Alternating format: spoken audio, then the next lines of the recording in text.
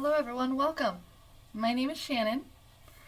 In today's video, we're going to do a yin sequence and we're going to be using the wall. You're going to want, you really just need a wall. Is really the only thing you really need. But I've got a couple blocks here just in case. And I've got my mat, but I don't think I'm even really going to use it. If you have bare floors and you don't have a mat, you could just use a blanket, like fold up a blanket so it's a little more comfortable. I'm going to show you 5 different poses today that you can do. And then you would obviously end with a shavasana.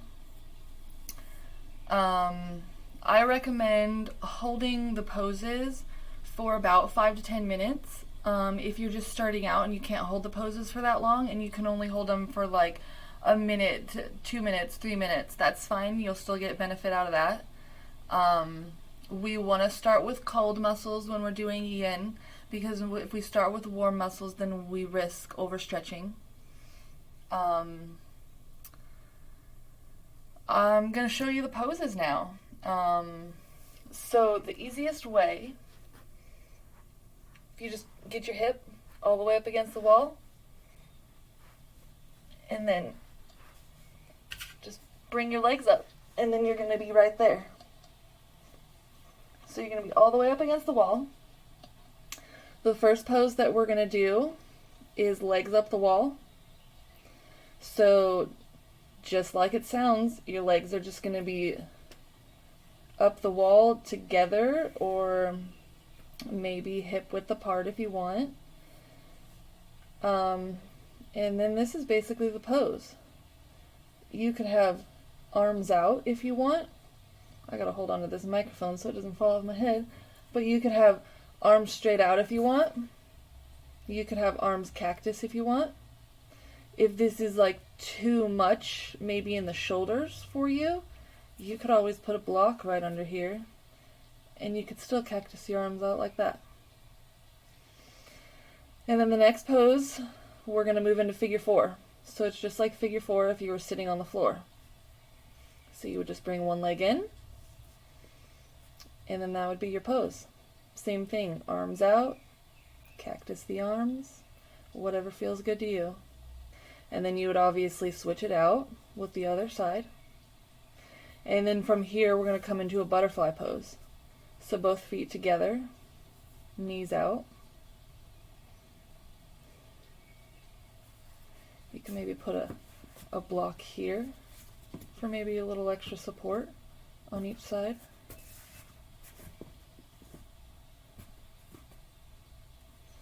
Butterfly pose. And then from here, we're going to move into goddess pose. So basically the knees are going to stay where they're at, and just the feet are going to come out, as if we were in a goddess pose on the floor, standing up.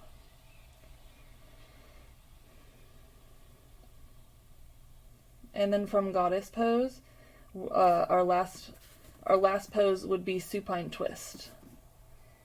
So all you would do here is feet come together, and then you would just bring them all the way down, and you're coming into a supine twist. So then whatever way your legs are twisting, you look out the opposite way, arm out over the opposite direction. If you maybe can't come down all the way, this is where you could use blocks here. You could come just down to the block. Something like that if you have blocks you want to use. So that would be your supine, and then you come up, do it on the other side obviously, and come back to center. You could, if you really like the wall butterfly, you could just stay here and you could take a shavasana like this. Or you can come out of it. You could come to your side. You could take a shavasana like this. Maybe you have a bolster that you want to use here. Just take a shavasana in fetal corpse pose. Or you could just come all the way down. You could use your mat if you want. Any props you want. Then you could come all the way down into shavasana like this. Or you could do a restorative type shavasana. I'm not going to show you now. I'm going to save that for the next video. So go ahead and subscribe to my channel and look out for that next video.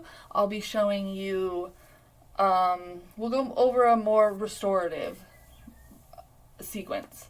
And I'll show you a really nice restorative shavasana that I like to use. So look out for that. Thank you guys. Namaste. Be well.